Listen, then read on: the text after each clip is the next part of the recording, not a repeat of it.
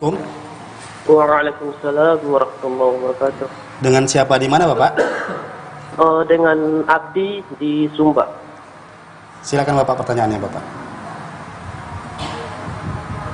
Gini Ustaz, barakallahu fiik Ustaz, semoga memberkahi Ustaz dan keluarga juga. Iya, jazakallahu khairan. Amin.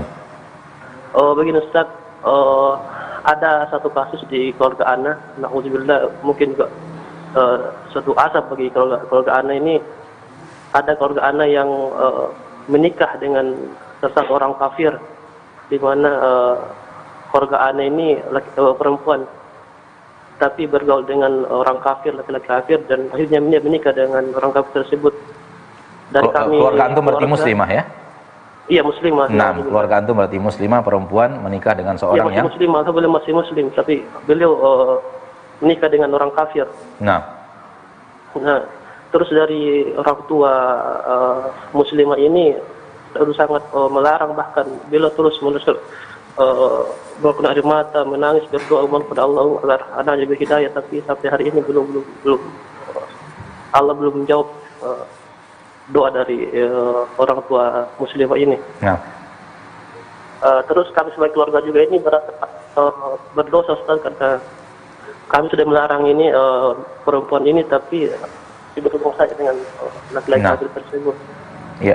Jadi apakah nanti Ustaz ketika kami semua wafat nanti ini, saya keluarganya juga orang tua dari muslimah ini, apakah mendapat balasan di akhirat nanti nih? Padahal dari kami ini sudah melarang beliau untuk menikah orang kafir. Ya. Yang bisa bertambah lagi Ustaz, yang kedua, pertanyaan kedua? Iya, silakan. Nah, saya ini seorang aparat sipil negara Ustaz, bertugas di Pemda. Biasanya Ustaz, Anda mendapat uang-uang yang tidak halal bagi saya.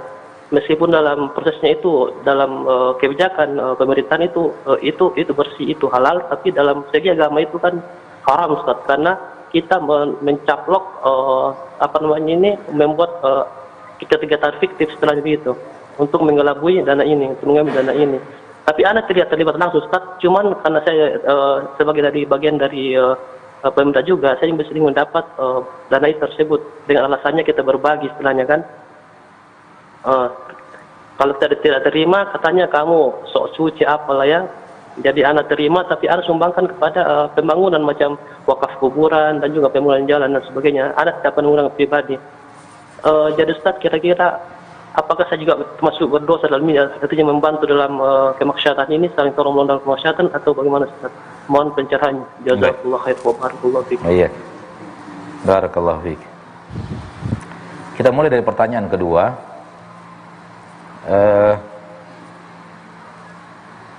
Antum sudah lepas dari sisi tidak menikmati harta yang antum yakin haram. Antum sudah lepas dari sisi tidak menikmatinya, tidak ikut memakannya, sehingga tanggung jawab memakan harta haram tadi yang antum katakan, yang antum yakini keharamannya, itu tidak ada di akhirat. Tanggung jawab itu tidak ada di akhirat, karena antum tidak ikut menikmati. Namun antum serahkan dana itu ke tadi yang antum katakan, pembangunan jalan, segala macam kebutuhan sosial, dan itu jalan yang sudah cukup bagus ya, karena itu dana negara, dinikmati oleh masyarakat, sudah bagus pengalihannya. Namun ana menyarankan antum dan siapapun yang punya kasus yang sama dengan antum, karena ana yakin di sana sini saudaraku-saudariku di bumi di bumi ini, di bumi Indonesia ini masih banyak yang punya kasus yang sama dengan antum. Nasihat ana pada pagi ini kepada antum dan siapapun yang punya kasus yang sama, beranilah untuk tidak menerima. Beranilah untuk tidak menerima dan tidak tanda tangan. Apapun yang akan dihadapi di depan. Karena inilah jihad. Inilah perjuangan. Inilah mujahadah, bersungguh-sungguh menegakkan agama Allah. Walau apa kata orang. Yang penting apa kata Allah, bukan apa kata orang. Karena ketika antum menerima dan antum tanda tangan, antum juga akan bertanggung jawab di hadapan Allah akan tanda tangan yang antum bubuhi. Walaupun antum tidak bertanggung jawab dalam memakannya. Maka kuatkan tekad untuk mencari ridho Allah, kuatkan tekad untuk menjalankan hal yang lebih baik, dan jangan tanda tangan dan jangan terima. apapun kata mereka. Apapun kata mereka. Ini nasihat ana, wallahu taala a'la wa a'lam. Adapun pertanyaan antum yang kedua, bahwa kesedihan pasti. Kesedihan pasti, ada orang yang kita cintai yang kemudian melakukan hal yang haram secara syariat, di mana seorang muslimah tidak halal untuk lelaki yang tidak muslim. Seorang muslimah tidak halal. Kata Allah di dalam Al-Qur'an, lahunna hillun lahum wa lahum yahilluna lahun. Tidaklah wanita-wanita muslimah itu halal untuk mereka-mereka yang kafir, dan tidaklah mereka-mereka lelaki yang kafir itu halal untuk mereka muslimah. Maka hubungan mereka adalah hubungan haram secara syariat, walau ada surat nikah dan semacamnya. Surat nikah bukanlah penghalal apa yang diharamkan Allah subhanahu wa ta'ala dengan nas yang tegas yang ada di dalam Al-Quran, kalau tidak salah dalam surat Al-Mumtahanah, lahunna hillun lahum wa lahum yahilluna lahun. Tidaklah mereka wanita-wanita muslimah halal untuk mereka lelaki-lelaki kafir, dan tidak pula lelaki-lelaki kafir itu halal untuk mereka wanita-wanita muslimah. Dan tidak ada musibah yang lebih berat daripada musibah beragama. Tidak ada musibah yang lebih berat daripada musibah beragama. Sehingga kita bisa merasakan betapa beratnya musibah yang sedang menimpa saudara kita tersebut, di mana anak gadisnya menikah dengan lelaki yang tidak muslim. Namun ingat, betapapun kita sedih, agama tanggung jawab masing-masing. Agama adalah tanggung jawab masing-masing. Semua kita bertanggung jawab di hadapan Allah masing-masing. Saya mempertanggung jawab diri saya masing-masing, Anda mempertanggung jawab diri Anda masing-masing, dia pun mempertanggung jawab dirinya masing-masing di hadapan Allah. Orang tuanya mempertanggung jawab dirinya masing-masing. Ya, oleh karena itu jangan terlalu jangan pernah merasa bahwa pekerjaan dia membuat kita berdosa dan bertanggung jawab di akhirat. Apalagi kita sudah dengarkan apa yang antum katakan tadi, keluarga sudah melarang, keluarga sudah mencoba menghalangi, keluarga sudah, tapi Allah takdirkan atau yang terjadi tidak seperti yang diinginkan. Ya, maka dosanya ditanggung oleh orang yang mengerjakan, bukan oleh keluarganya. Tidak ada transferan dosa dalam agama kita. Tidak ada transferan dosa dalam agama kita.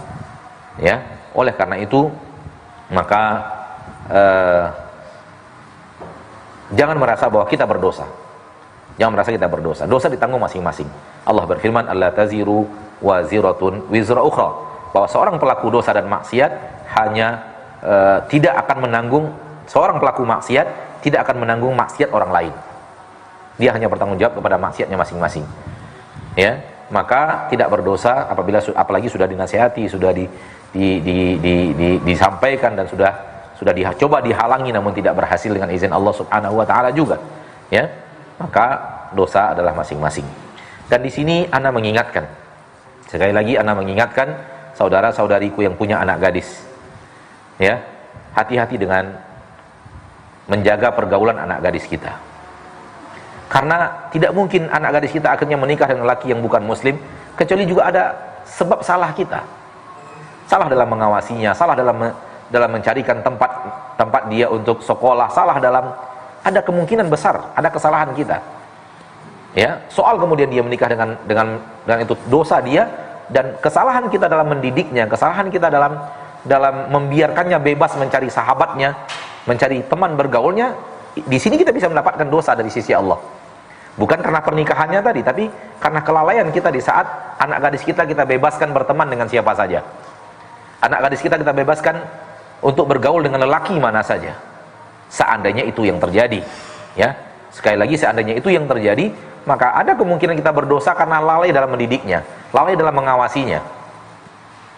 Kita sekolahkan, dan subhanallah, saking lemahnya akidah umat di zaman kita sekarang ini.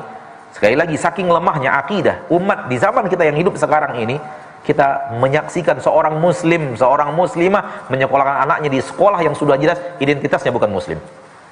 Kata mereka di sana bagus, pelajaran-pelajaran umumnya kuat, bahasa Inggrisnya kuat, kemudian mudah dapat pekerjaan dan semacamnya, dan anaknya disekolahkan di sekolah itu. Dan buah daripada itu akhirnya dia jauh dari agama Allah, dan kemudian menikah dengan lelaki yang bukan muslim, dan boleh jadi dia tinggalkan agamanya, dia pindah kepada agama itu, dan ini kelalaian orang tua yang luar biasa. Di sini di kota Pekanbaru kita menyaksikan ada yang seperti itu. Di Jakarta juga ada yang seperti itu. Di mana-mana kita menyaksikan ada orang-orang yang akidahnya sudah sangat luar biasa, tipis. Kita takut mengatakan tidak ada, sampai anaknya rela disekolahkan di sekolah-sekolah yang seperti itu. Anda pernah dengar langsung dari salah seorang keluarga yang keluarganya ada yang seperti itu, anaknya dari SD disekolahkan di sekolah yang non muslim. Ketika ditanya, ketika dia masuk sekolah berikutnya ke sekolah Islam, ditanya agamamu apa nak? Dia mengatakan agama saya Nasrani. Anaknya tidak tahu, dia tidak tahu apa yang Islam, apa yang Nasrani. Yang jelas di pelajaran di sekolahnya Nasrani, karena orang tuanya menyekolahkannya di sana. Ketika dia ditanya langsung oleh gurunya tempat sekolah barunya, dia mengatakan agama saya Nasrani. Lihat bagaimana parahnya akidah umat di zaman kita sekarang ya. Tapi seperti yang tadi saya katakan kepada antum bahwa kalau memang tidak ada kelalaian kita berusaha, sudah berusaha, namun qadar Allah seperti itu, maka soal dia menikah dengan lelaki yang bukan muslim itu tanggung jawab dia. Ya, dengan tadi. Tapi kalau seandainya kita lalai, maka kita perlu beristighfar kepada Allah dan perlu minta ampun kepada Allah atas kelalaian kita, mendidik anak kita, mengawasi dia apalagi akidahnya, dan semoga taubat kita diterima oleh Allah Subhanahu wa taala. Sekaligus ini menjadi nasihat berharga bagi kita semuanya yang menyimak siaran ini pada kesempatan yang berbahagia ini. Hati-hati dalam masalah akidah, karena salah sedikit dalam masalah ini kita bisa mencampakkan orang yang kita cintai ke neraka untuk selama-lamanya. Wallahu taala a'la wa a'lam bisawab.